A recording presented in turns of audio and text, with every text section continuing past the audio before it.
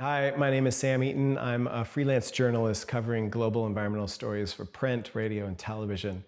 I recently traveled to Brazil on a grant from the Pulitzer Center to look into why the Amazon forest is flipping from a powerful carbon sink to a source of carbon and what that means for the global climate.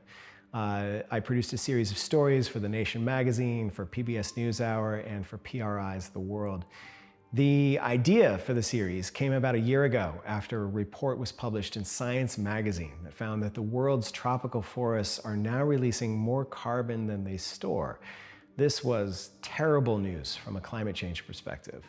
Until recently, the Amazon alone was absorbing the equivalent carbon dioxide emissions of all the cars and trucks on the planet every year. So losing that means losing this powerful buffer against the effects of climate change, as all of those emissions remain in the atmosphere where they cause global temperatures to rise much faster. So here you had this discovery that could essentially make or break the future of humanity, and it was barely being covered in the media. It's probably one of the most urgent but least publicized environmental stories of our time. And it was also one of the most complex stories I've covered in my career as a journalist. There's no single cause of deforestation or a single solution. And in many ways, we all share some of the responsibility because the resources coming from these forests, whether it's timber or palm oil or beef and soy, are fed into supply chains that end up in markets all over the world.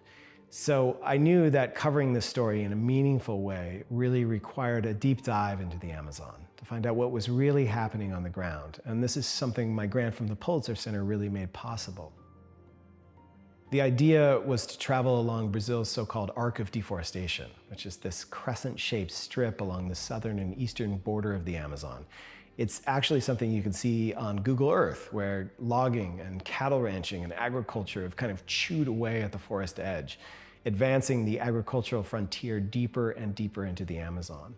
I met with soy farmers as well as indigenous groups defending their land from illegal logging, with scientists, deforestation police, politicians. I really wanted to piece together all of these incredibly complex factors behind rising deforestation and its impact on the global climate. And I also wanted to look at some of the solutions, whether that's through empowering indigenous groups who are defending their land from illegal loggers, or by creating an entirely new economy that values a standing forest over one that's been cleared. The challenges are enormous, and I definitely didn't want to sugarcoat them. But the bottom line is that we can do something about this before it's too late. And telling these stories about what's really happening on the ground is a powerful tool for making sure these issues stay front and center where they deserve to be. Thank you for watching.